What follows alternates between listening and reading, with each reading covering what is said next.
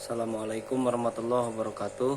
Kami mahasiswa Universitas Indraprasta PGRI, Prodi Teknik Industri, kelas R3A, kelompok 7, yang beranggotakan Aditya Warman, Firman Hidayat, Muhammad Fauzan Wibowo, Muhammad Iqbal Irwansyah, dan Surya Hamzah Hadisa. Pada presentasi kali ini, kami akan menjelaskan sedikit tentang contoh kasus penerapan fungsi dan ilmu manajemen di PT Telkom Indonesia berdasarkan Annual Report tahun 2019, mata kuliah Organisasi dan Manajemen Perusahaan Industri.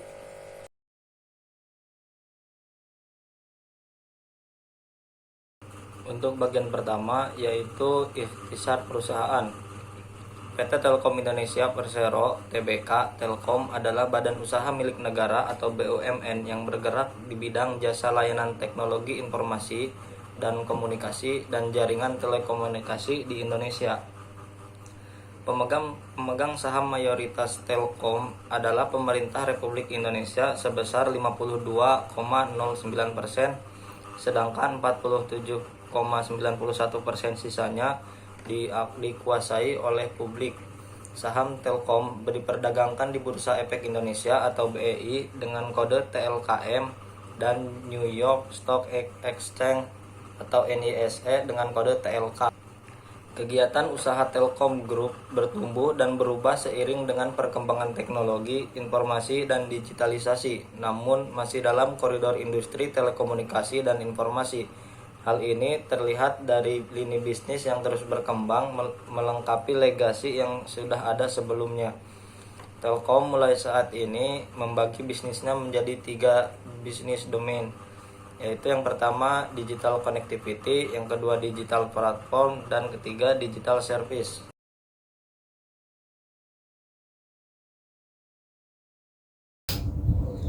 Baik, ini adalah visi dan misi dari PT Telkom Indonesia. Yang pertama, visinya adalah menjadi digital telco pilihan utama untuk memajukan masyarakat.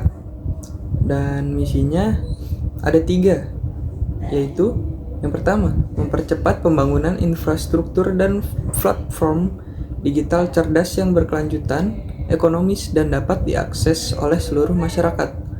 Yang kedua, yaitu mengembangkan data digital unggulan yang membantu mendorong kemampuan digital dan tingkat adopsi digital bangsa. Yang ketiga, yaitu mengorkestrasi ekosistem digital untuk memberikan pengalaman digital pelanggan terbaik.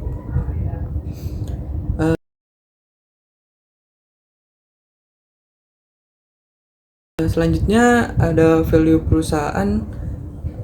Value dari PT Telkom Indonesia berdasarkan Surat Edaran Menteri BUMN pada tanggal 1 Juli 2020 tentang nilai-nilai utama perusahaan. Setiap BUMN wajib menerapkan nilai-nilai utama yang disebut akhlak.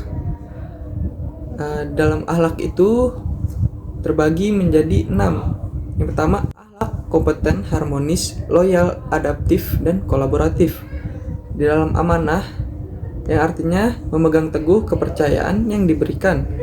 Pada kompeten, yaitu terus belajar dan mengembangkan kapabilitas. Harmonis, saling peduli dan menghargai perbedaan. Loyal, berdedikasi dan mengutamakan kepentingan bangsa dan negara. Adaptif, terus berinovasi dan antusias dalam menggerakkan ataupun menghadapi perubahan. Kolaboratif, membangun kerjasama yang strategis.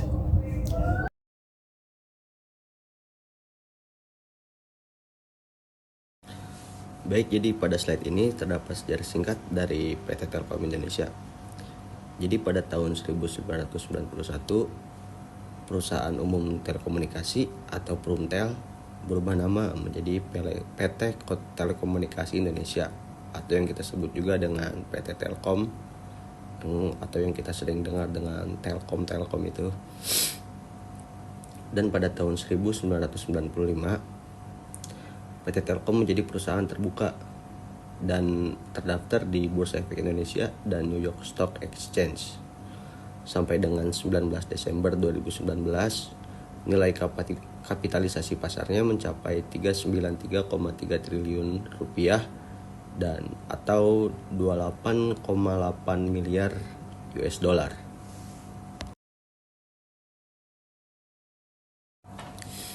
Ya baik, jadi di slide ini terdapat struktur organisasi dari PT Telkom Indonesia.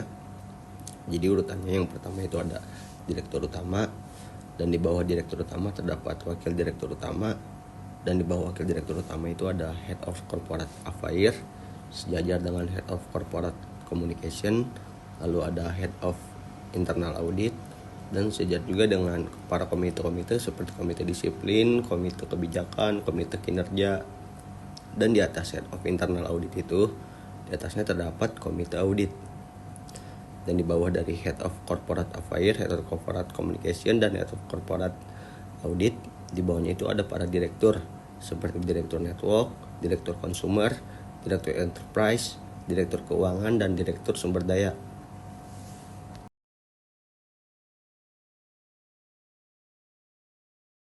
Di sini saya akan menjelaskan apa dari aspek pemasaran. Aspek pemasaran digunakan untuk mengetahui apa yang dibutuhkan, untuk mengetahui kebutuhan atau keinginan produk yang dibuat oleh perusahaan. Dengan begitu, perusahaan dapat menjual produknya dengan tepat.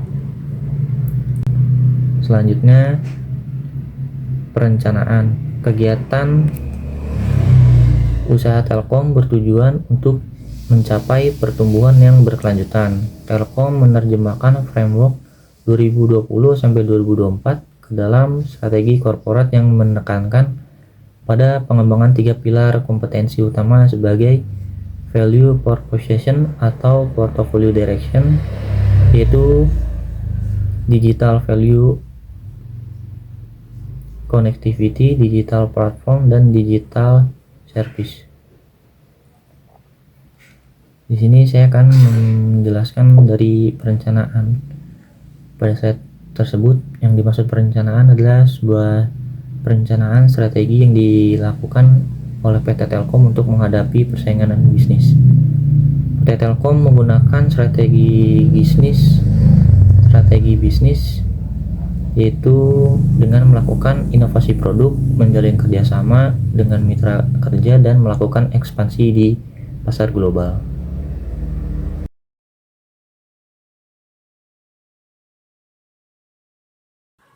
Oke teman-teman, di sini saya akan membahas tentang CSR, Corporate Social Responsibility.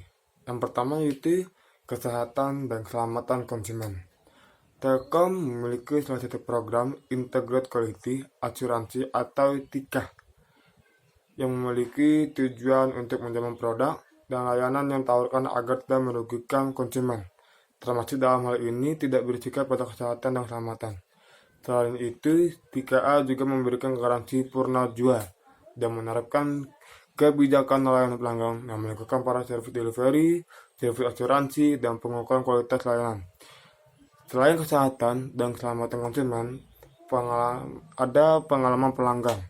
Telkom Indonesia selalu berusaha memahami dan mengantisipasi kebutuhan pelanggan untuk memberikan pengalaman pelanggan terbaik dan melampaui harapan dengan memfasilitasi interaksi pelanggan dengan kami, seperti melalui antarmuka digital untuk pembelian produk dan layanan, melakukan pembayaran, mengajukan permintaan untuk meningkatkan layanan, atau mengajukan kelurahan. Interaksi tersebut didukung oleh petugas digital.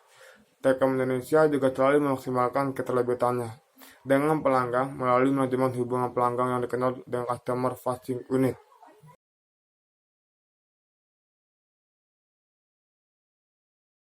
Kesimpulannya itu, Telkom Indonesia adalah perusahaan yang bergerak di bidang telekomunikasi yang menjadi dari BUMN. Telkom Indonesia menjadi perusahaan telekomunikasi terbesar di Indonesia. Sekian dari kelompok kami, kurang lebihnya mohon maaf. Wassalamualaikum warahmatullahi wabarakatuh.